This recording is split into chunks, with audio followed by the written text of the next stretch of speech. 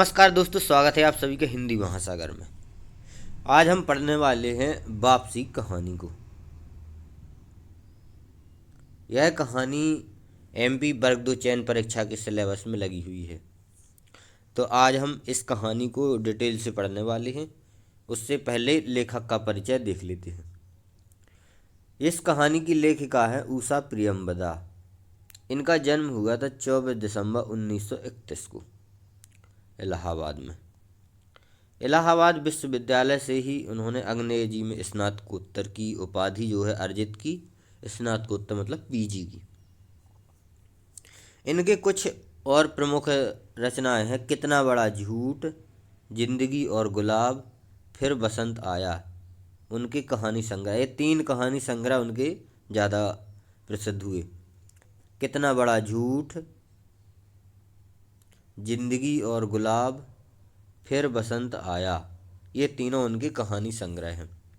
उसके बाद 55 खंबे, लाल दीवार, रुकोगी नहीं राधिका, ये उनके उपन्यास हैं।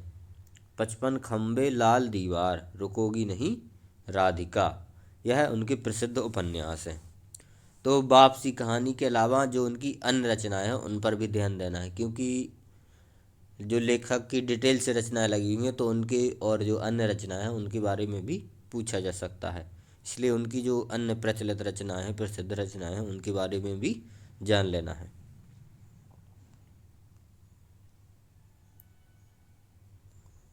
भारतीय परिवेश, परंपरा, प्रतीति में भौतिक युग की व्यक्तिक और एकांतिक सोच में रहन ने जिन विसंगतियों और विडंबनाओं को जन्म दिया, उनकी गहरी टीस को अभिव्यक्ति प्रदान करने में उषा प्रियंवदा सरलतम और सहजतम हैं।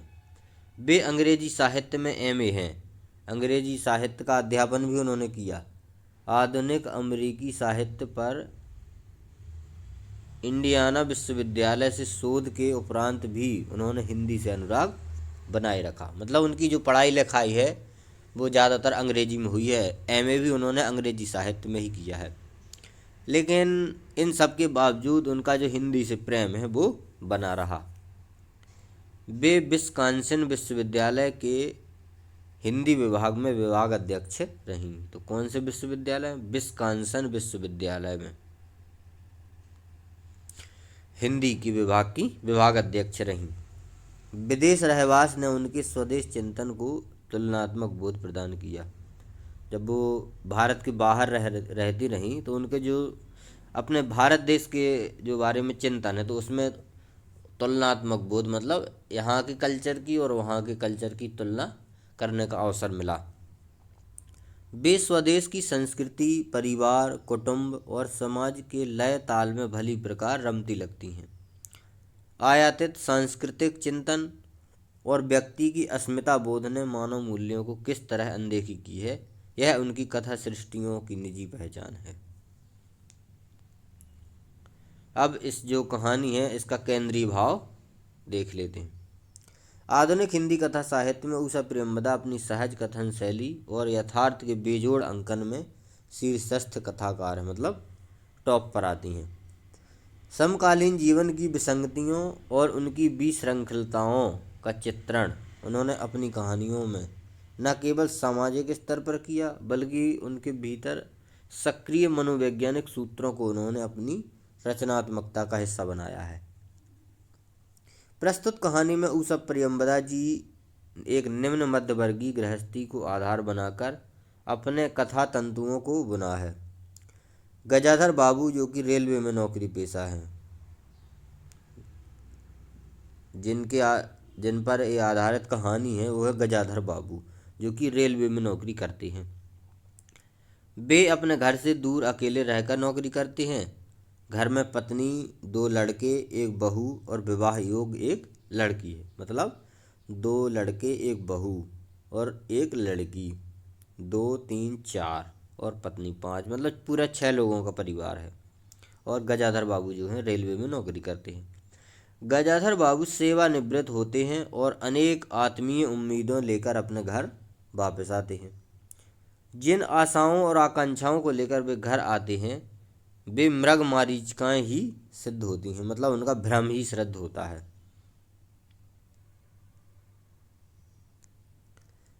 वे घर को अपने अनुसार चलाने की कोशिश करते हैं, किंतु उन्हें एक उपेक्षित वस्तु की तरह कोठरी में डाल दिया जाता है। न उन्हें पत्नी से वह भाव प्राप्त होता है जिसकी कल्पना मात्र से वे प्रसन्न होकर घर लौटे थे, न परिवार के अन्यजनों से अपेक्षित संतुष्टि प्राप्त कर पाते हैं। उन्हें लगता है कि उनकी उपस्थिति ने जैसे उनके ही घर में विक्षोभ उत्पन्न कर दिया है। वे एक सेठ की नौकरी का आमंत्रण पाकर घर छोड़कर वापस उसी शहर में चल देते हैं जहाँ से वे सेवानिवृत्त हुए थे। इसका मतलब पूरा ये है कि जो रेलवे में नौकरी करते हैं गजाधर बाबू, और जब वो रिटायर्ड होकर घर वापस आते हैं कि अब अपने परिवार के साथ रहेंगे, तो जिस उम्मीद से वो परिवार के पास आए थे कि वो उन्हें प्रेम मिलेगा, लेकिन जब घर वो वापस आए तो उन्हें एक उपेक्षित वस्तु मान लिया गया और जिसकी कामना करके वो आए थे वह उन्हें प्राप्त नहीं हुआ।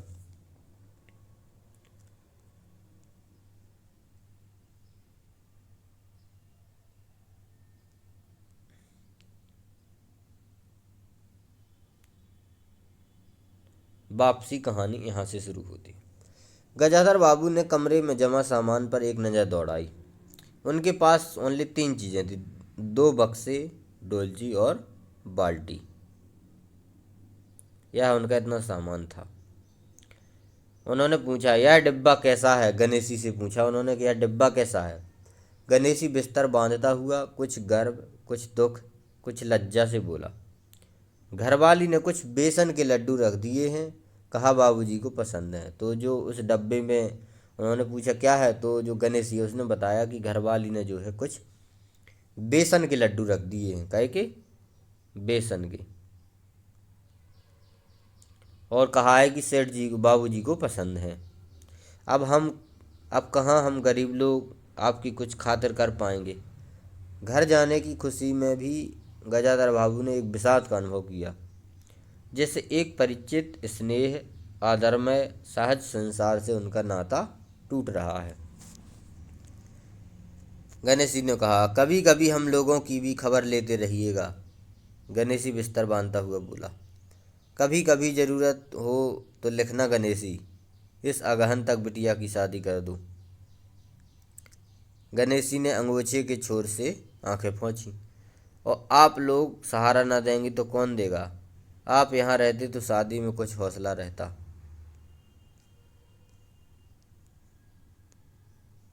गजाधर बाबू चलने को तैयार थे। रेलवे क्वार्टर का वह कमरा जिसमें उन्होंने कितने वर्ष बिताए थे, उनका सामान हट जाने से कुरूप और खाली लग रहा था। आंगन में रोपे जो पौधे हैं वो भी जान पहचान के लोग ले गए थे और जगह जगह मिट्टी बिखरी हुई थी। पर पत्नी बाल बच्चों के साथ रहने की कल्पना में यह विक्षोभ एक दुर्बल लहर की तरह उठकर विलीन हो गया। गजाधर बाबू खुश थे, बहुत खुश थे। 35 साल की नौकरी के बाद रिटायर हो रहे थे वो। कितने साल की? 35 साल की नौकरी उन्होंने रेलवे में की थी। उसके बाद वह रिटायर हो रहे थे और अपने घर जा रहे थे। इन वर्षों में अधिकांश समय उन्होंने अकेले रहकर काटा था। उन अकेले क्षणों में उन्होंने इसी समय की कल्पना की थी जब वह अपने परिवार के साथ रह सकेंगे। इसी आशा के सहारे वह अपने अभाव का बोझ ढो रहे थे। संसार की दृष्टि में उनका जीवन सफल कहा जा सकता है। उन्होंने शहर में एक मकान बनवा लिया। बड़े लड़के अमर, तो बड़े लड़के का नाम क्या है? अमर, और लड़की का नाम है क्रांति।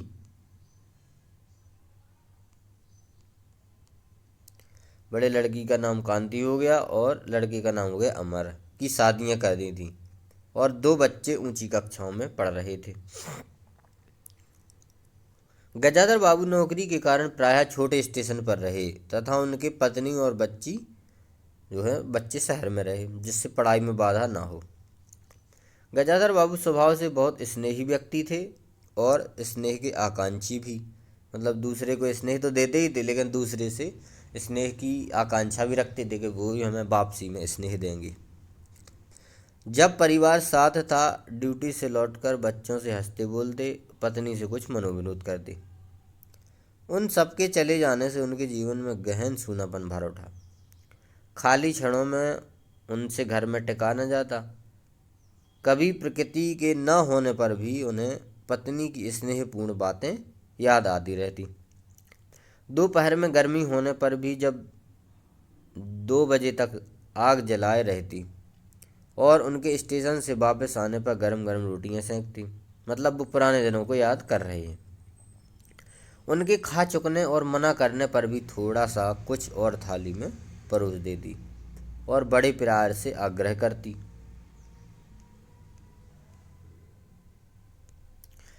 जब वह थके हारे बाहर से आते तो उनकी आहट पाकर रसोई के द्वार से निकल आती और उनकी सालज्ज आंखें मुस्कुरा उठती।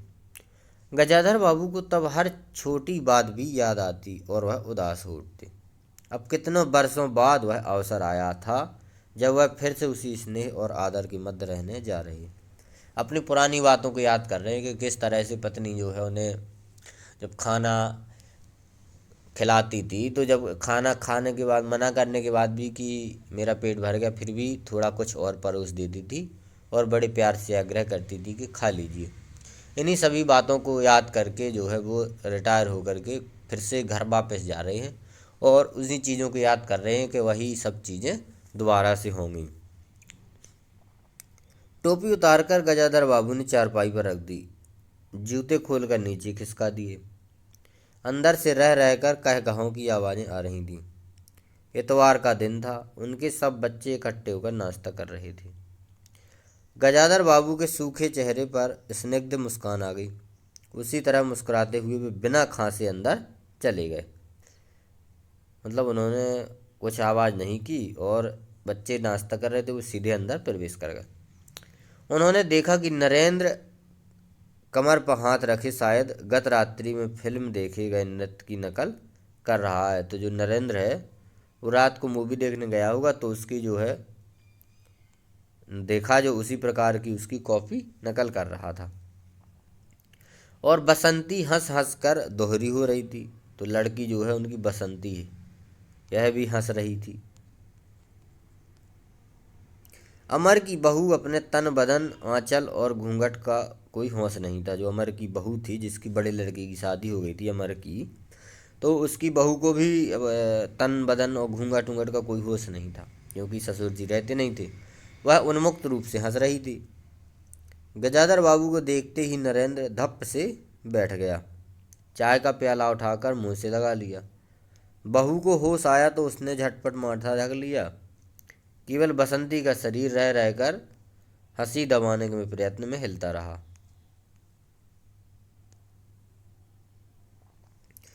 गजाधर बाबू ने मुस्कुराते हुए उन लोगों को देखा, फिर कहा, क्यों नरेंद्र, क्या नकल हो रही थी? उसने कहा, कुछ नहीं बाबूजी। नरेंद्र ने सिर पिटाकर कहा। गजाधर बाबू ने चाहा था कि वह भी मनोविनोद में भाग लेते, पर उनके आते ही जैसे सब कुंठित हो गए, मतलब चुप हो गए या दुखी हो गए। इससे उनके मन में थोड़ी सी खिन्नता उपज आई। बैठते हुए बोले, बसंती, चाय मुझे भी देना। तुम्हारी अम्मा की पूजा अभी भी चल रही है क्या? बसंती ने माँ को कोठरी की ओर देखा। अभी आती ही होंगी, और प्याले में उनके लिए चाय छानने लगी। बहू चुपचाप पहले ही चली गई थी। अब नरेंद्र भी चाय का आखिरी घूंट पीकर उठ खड़ा हुआ। केवल बसंती पिता के लिहाज में बैठी चौके में बैठी माँ की राह देखने लगी। गजाधर बाबू ने एक घूंट चाय पी, फिर कहा, बेटी, चाय तो फीकी है। उसने कहा, लाइए चीनी डाल दूं। बसंती बोली, रहने दो। बाबूजी ने कहा, तुम्हारी अम्मा अब आएंगी तभी चाय पीऊंगा।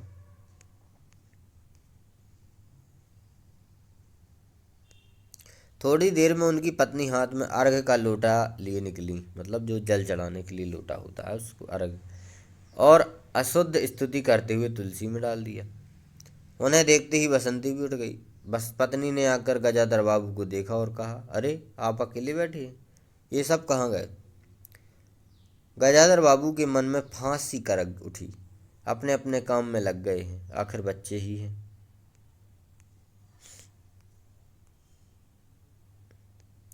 पत्नी आकर चौके में बैठ गई। उन्होंने नाक भौं से कोड़कर चारों ओर जूठे बर्तनों को देखा, फिर कहा, सारे में जूठे बर्तन पड़े हैं। इस घर में धर्म कर्म कुछ नहीं। पूजा करके सीधे चौकी में घुसूँ। फिर उन्होंने नौकर को पुकारा। जब उत्तर न मिला तो एक बार और उच्च स्वर में, फिर पति की ओर देखकर बोली, बहू ने भेजा होगा बाजार। और एक लंबी सांस लेकर चुप हो रही। गजाधर बाबू बैठकर चाय और नाश्ते का इंतजार करते रहे। उन्हें अचानक ही गणेशी की याद आ गई। रोज सुबह पैसेंजर आने से पहले वह गरम गरम पूरियां और जलेबी बनाता था। गजाधर बाबू जब तक उठने को तैयार होते उनके लिए जलेबियां और चाय लाकर रख देता था। चाय भी कितनी बढ़िया, कांच के गिलास में ऊपर तक भरी लबालब, पूरे 2.5 चम्मच चीनी और गाढ़ी मलाई। तो गजाधर बाबू कितनी चीनी लेते थे? 2.5 चम्मच, और साथ में गाढ़ी मलाई। पैसेंजर भले ही रानीपुर लेट पहुंचे, गणेशी ने चाय में कभी भी देर नहीं की। यह कथन किसका है? तो गजाधर बाबू का।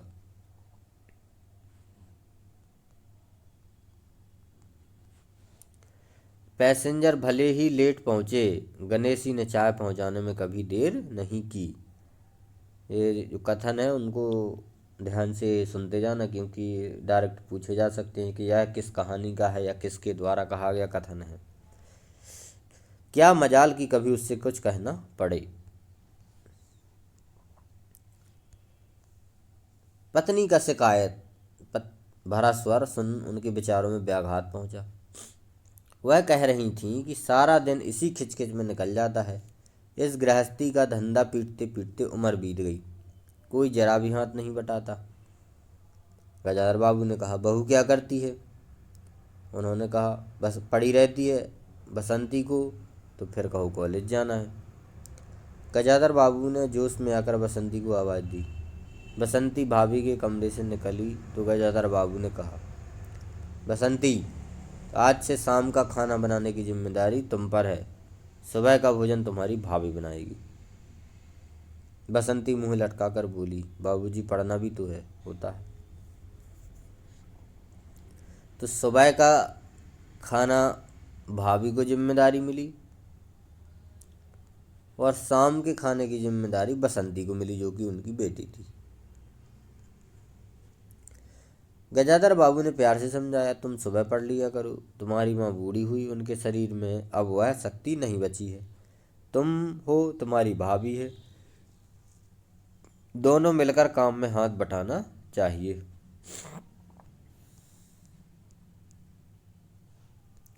बसंती चुप रह गई। उसके जाने के बाद माँ ने धीरे से कहा, पढ़ने का तो बहाना है, कभी जी नहीं लगता। कैसे लगे? शीला से ही फुर्सत नहीं। बड़े बड़े लड़के हैं उस घर में, हर वक्त वहाँ घुसा रहना मुझे नहीं सुहाता। मना करूँ तो सुनती नहीं। नाश्ता कर गजाधर बाबू बैठक में चले गए। घर छोटा था, ऐसी व्यवस्था हो चुकी थी कि उसमें गजाधर बाबू के रहने के लिए कोई स्थान न बचा था। जैसे किसी मेहमान के लिए कुछ अस्थायी प्रबंध कर दिया जाता है, उसी प्रकार बैठक में कुर्सियों को दीवार से सटाकर और बीच में गजाधर बाबू के लिए पतली सी चारपाई डाल दी गई। बाबूजी उस कमरे में पड़े पड़े कभी कभी अनायास ही इस अस्थायित्व का अनुभव करने लगते। उन्हें याद हो आती उन रेलगाड़ियों की, आती थोड़ी देर रुक रुक कर और लक्ष्य की ओर चली जाती। घर छोटा होने के कारण बैठक में उनका प्रबंध किया गया। उनकी पत्नी के पास एक छोटा सा कमरा अवश्य था, पर वह एक और अचारों के मर्तमान, मतलब डिब्बे, दाल चावल के कनस्तर, घी डिब्बे से घिरा रहता था। दूसरी ओर पुरानी रजाइयाँ दरियों में लिपटी हुई रस्सी से बंधी रखी थी। उनके पास एक बड़े से टीन के बक्स में घर भर के गर्म कपड़े थे। बीच में एक अलगनी बंधी हुई थी, जिस पर प्रायः बसंती के कपड़े लापरवाही से पड़े रहते थे। वह भरसक उस कमरे में नहीं जाते थे। घर का दूसरा कमरा अमर और उसकी बहू के पास था। तीसरा कमरा जो सामने की ओर था, बैठक था। गजाधर बाबू ने आने से पहले उसमें अमर के ससुराल से आया बेंत की 3 कुर्सियों का सेट पड़ा था। तो जो अमर के ससुराल से आया था वो 3 बांस की जो 3 कुर्सियाँ थीं उसका सेट जो है पड़ा हुआ था। कुर्सियों पर नीली गद्दियां और बहू के हाथों के कड़े कुशन थे।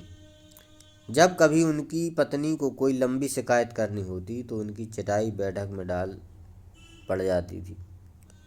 वह एक दिन चटाई लेकर आ गई। बाबू ने घर गृहस्थी की बातें छेड़ी। वह घर का रवैया देख रहे थे। बहुत हल्के से उन्होंने कहा कि अब हाथ में पैसा कम रहेगा, कुछ खर्च कम होना चाहिए।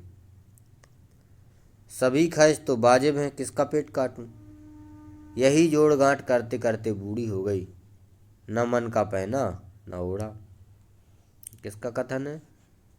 तो गजाधर बाबू की पत्नी जी का, कि इसी जोड़ गांठ करते करते बूढ़ी हो गई, ना कभी मन का पहना ना मन का ओढ़ा। बाबू ने आहत विस्मित दृष्टि से पत्नी को देखा। उनसे अपनी हैसियत छिपी न थी। उनकी पत्नी तंगी का अनुभव कर उसका उल्लेख करती, यह स्वाभाविक था, लेकिन उसमें सहानुभूति का पूर्ण अभाव गजाधर बाबू को बहुत खटका। क्योंकि अब जितनी आय है उसी प्रकार से तो परिवार चलाना पड़ेगा, लेकिन जो है उन्होंने इस बात को कहते हुए सहानुभूति नहीं दिखाई, इसलिए उनको वह बात बहुत खटकी।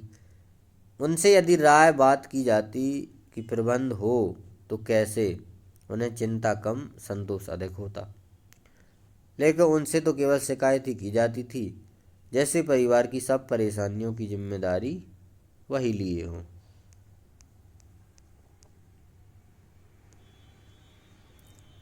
तुम्हें किस बात की कमाई है अमर की माँ? घर में बहू है, लड़के बच्चे हैं, सिर्फ रुपये से ही आदमी अमीर नहीं होता। यह किसका कथन है? गजाधर बाबू ने कहा। कहने के साथ ही अनुभव किया, यह उनकी आंतरिक अभिव्यक्ति थी, ऐसी कि उनकी पत्नी नहीं समझ सकती। हाँ, बड़ा सुख है ना बहू से। आज रसोई करने गई, देखो क्या होता है, कहकर पत्नी ने आंखें मूंदी और सो गई। गजाधर बाबू बैठे हुए पत्नी को देखते रह गए। यही थी क्या उनकी पत्नी? मतलब जो ऐसा व्यवहार हो रहा था, वो सोच रहे क्या ये शुरुआत में जो हमारी पत्नी थी वही है?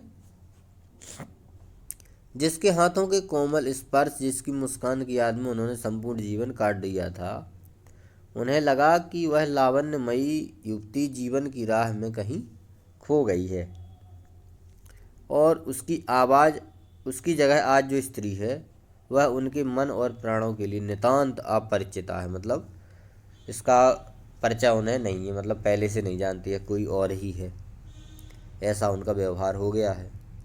गाढ़ी नींद में डूबी उनकी पत्नी का भारी सा शरीर बहुत बेडौल और क्रूप लग रहा था। चेहरा श्रीहीन और रूखा था। गजाधर बाबू देर तक निस्संग दृष्टि से पत्नी को देखते रहे, फिर लेटकर छत की ओर ताकने लगे।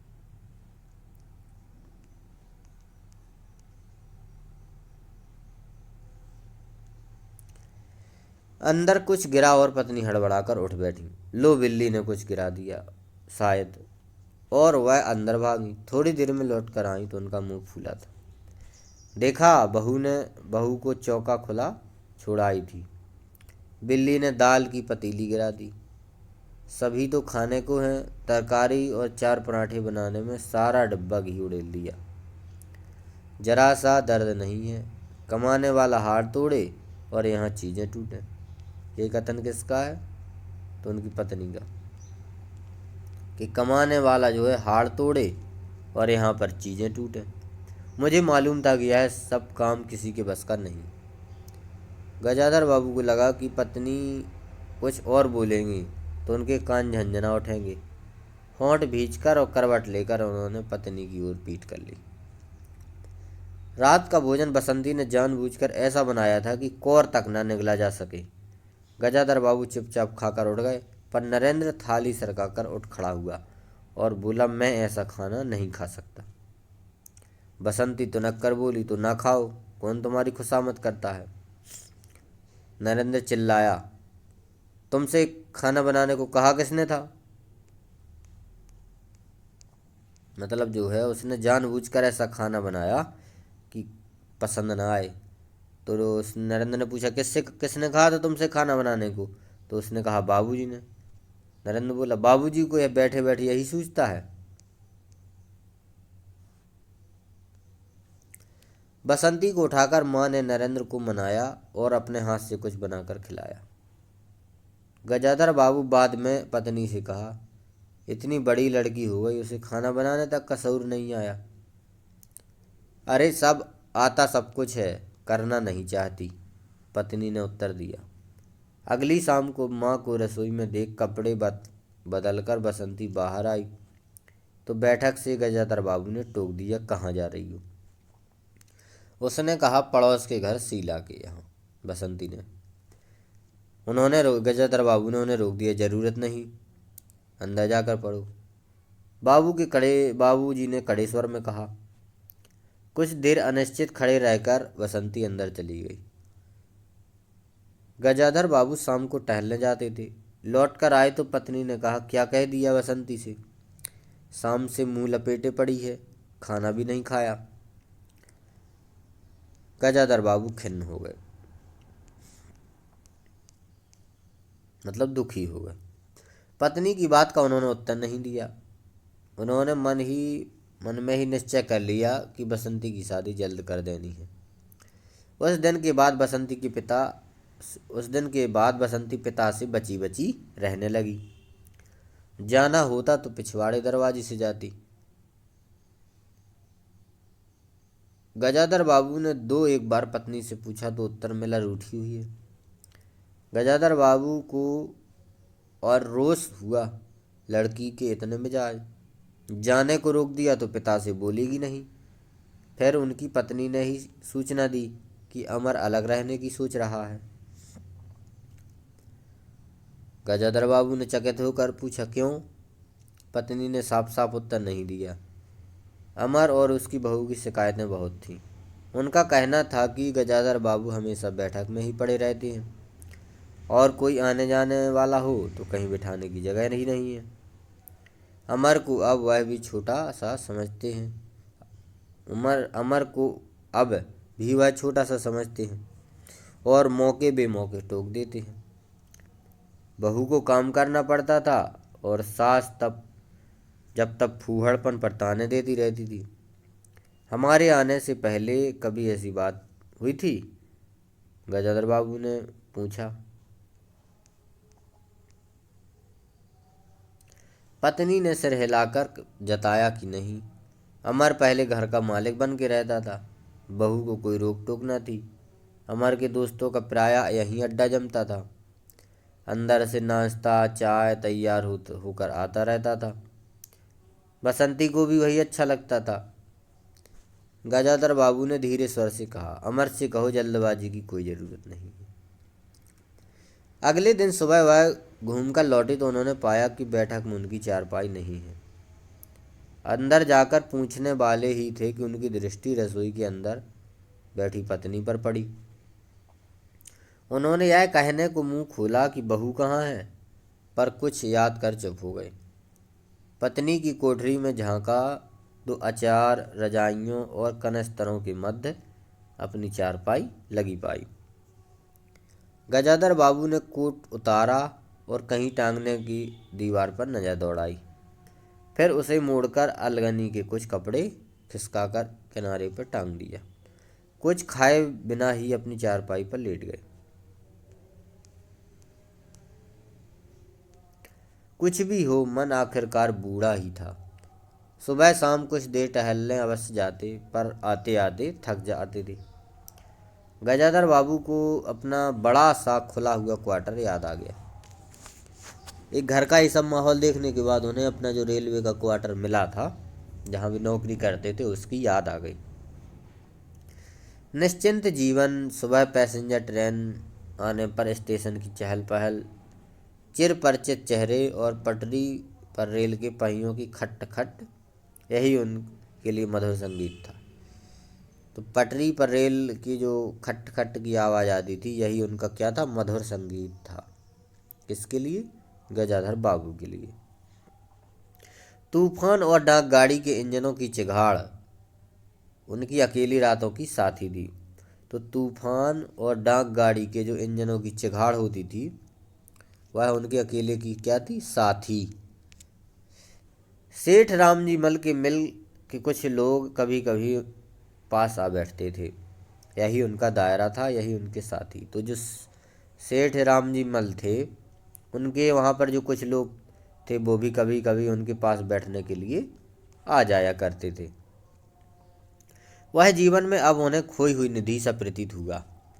उन्हें लगा कि वह जिंदगी द्वारा ठगे गए हैं। उन्होंने जो चाहा उसमें से उन्हें एक बूंद भी न मिली। मतलब जो जब वे रेलवे से रिटायर्ड होकर आए तो घर जिस आशा से आए थे कि बच्चों के साथ रहेंगे, पत्नी के साथ रहेंगे, लेकिन वो प्रेम उन्हें यहाँ पर घर पर नहीं मिल पाया और जो बच्चे हैं उनको भी उनसे असुविधा होने लगी।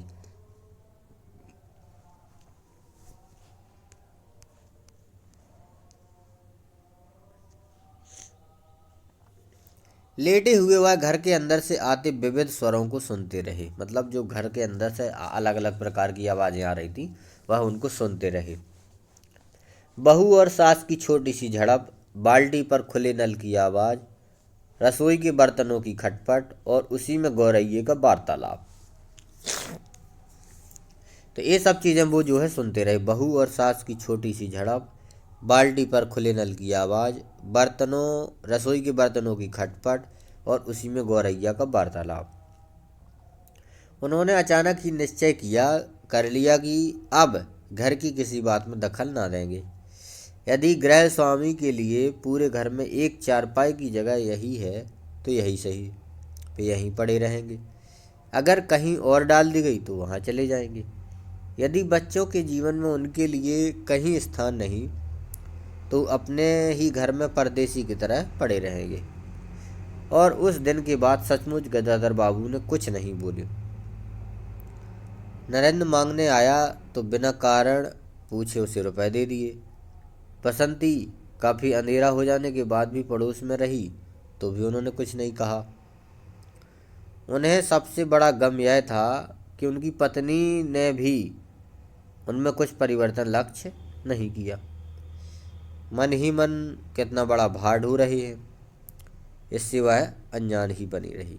मतलब उन्होंने फिर जब बच्चों को दिक्कत होने लगी उनके शासन से तो उन्होंने किसी भी बात में घर की दखल देना बंद कर दिया। लेकिन उन्हें दुख इस बात का था कि उनकी पत्नी इस बात को नोटिस नहीं कर रही कि इनमें क्या बदलाव आया है।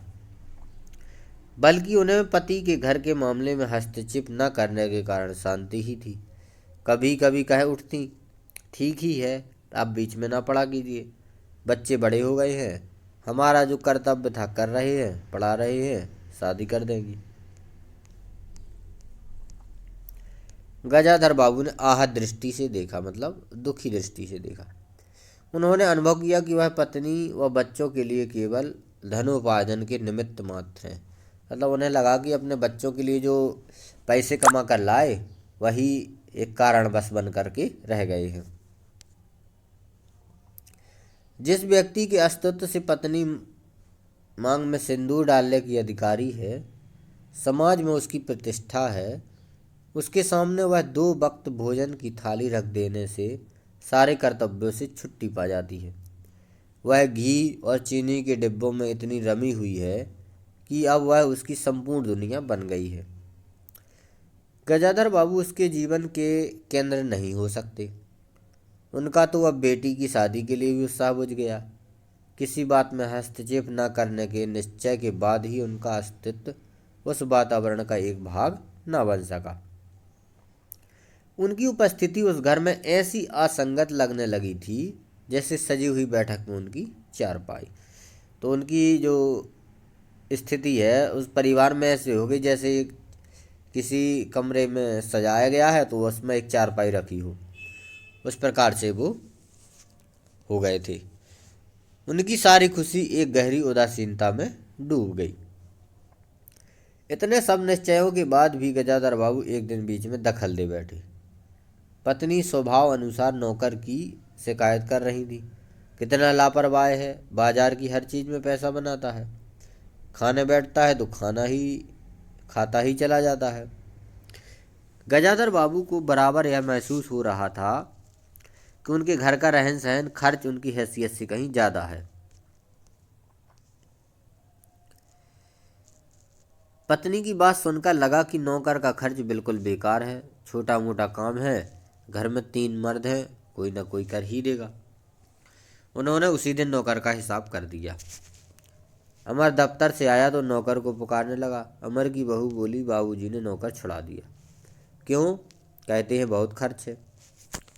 यह वार्तालाप बहुत सीधा था, पर जिस टोन में बहू बोली गजाधर बाबू को खटक गया।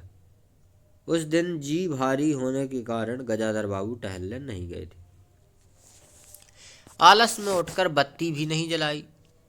इस बात से बेखबर नरेंद्र माँ से कहने लगा, अम्मा तुम बाबूजी से कहती क्यों नहीं? बैठे बिठाए कुछ नहीं तो नौकरी ही छुड़ा दिया। अगर बाबूजी यह समझे कि मैं साइकिल पर गेहूं रखकर आटा पिसाने जाऊं तो मुझसे ये नहीं होगा। हाँ अम्मा, बसंती का स्वर था, मैं कॉलेज भी जाऊं और लौट के घर में झाड़ू भी लगाऊं तो ये मेरे बस की बात नहीं है।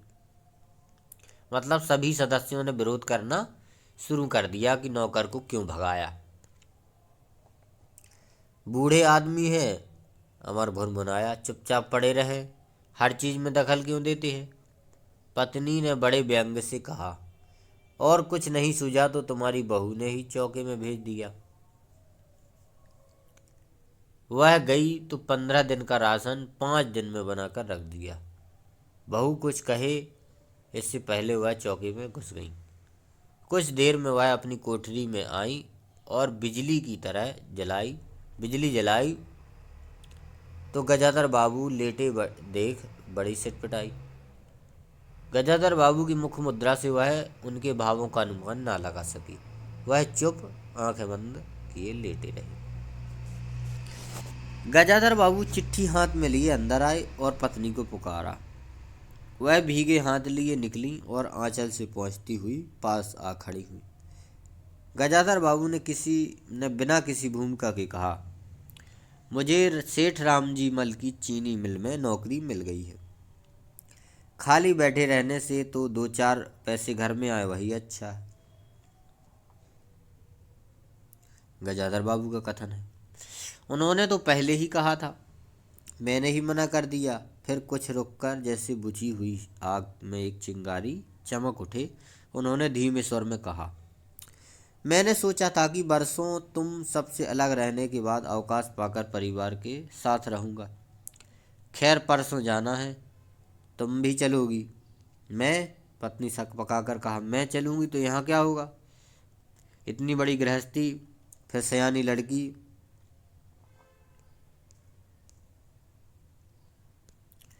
बात बीच में काटकर गजाधर बाबू ने हताश स्वर में कहा, ठीक है तुम यहीं रहो, मैंने तो ऐसे ही कहा था, और गहरे मौन में डूब गए। नरेंद्र ने बड़ी तत्परता से बिस्तर बांधा और रिक्शा बुलाया। गजाधर बाबू का टिन का बक्स, पतला सा बिस्तर उस पर रख दिया। नाश्ते के लिए लड्डू और मठरी की डालियाँ उस पर रख गजाधर बाबू रिक्शे में बैठ गए। एक दृष्टि उन्होंने अपने परिवार पर डाली, फिर दूसरी ओर देखने लगे। रिक्शा चल पड़ा। उनके जाने के बाद सब अंदर लौट आए। बहू ने अमर से पूछा, सिनेमा ले चलिएगा ना? बसंती ने उछल कर कहा, भैया हमें भी। गजाधर बाबू की पत्नी सीधे चौकी में चली गई। बची हुई मठरियों को कटोरदान में रखकर वह अपने कमरे में लाई और कनस्तरों के पास रख दिया। फिर बाहर आकर कहा, अरे नरेंद्र, बाबूजी की चारपाई कमरे से निकाल दे, उसमें चलने तक की जगह नहीं है। और कहानी यहीं ख़त्म हो जाती है। तो इस कहानी में जो है गजाधर बाबू हैं जो कि रेलवे में नौकरी करते हैं। रेलवे में नौकरी करने के बाद जब वो वापस रिटायर होकर घर आते हैं तो सोचते हैं कि अब परिवार के साथ रहेंगे, बच्चों के साथ रहेंगे। लेकिन उनके आने से उल्टा ही होता है। उनके बच्चों को उनसे उल्टी असुविधा होने लगती है और जिस सुख को सोचकर वो घर आए थे वह उन्हें सुख नहीं मिल पाता है। इस बात से वो दुखी होकर गजाधर बाबू फिर से जो यहाँ रेलवे में नौकरी करते थे उन्हीं बगल में सेठ रामजी मल के यहाँ फिर से उनकी मिल में जो है नौकरी करने के लिए चले जाते। इस प्रकार से इस कहानी में बच्चों के जो व्यवहार है उसको दिखाया गया है कि जो व्यक्ति जीवन भर उनके लिए कमाता रहा और उनकी सुख दुख का ख्याल रखता रहा, उसी से बाद में उन्हें दुख और पीड़ा होने लगी। तो इस कहानी से यही संदेश मिलता है कि अपने जो है माता पिता जो है उनके साथ ऐसा व्यवहार ना करें। यही कहानी यहीं समाप्त होती है। यदि वीडियो पसंद आया है तो लाइक करें, कमेंट करें और चैनल पर नए हैं तो सब्सक्राइब ज़रूर करें। मिलेंगे अगले वीडियो में। धन्यवाद।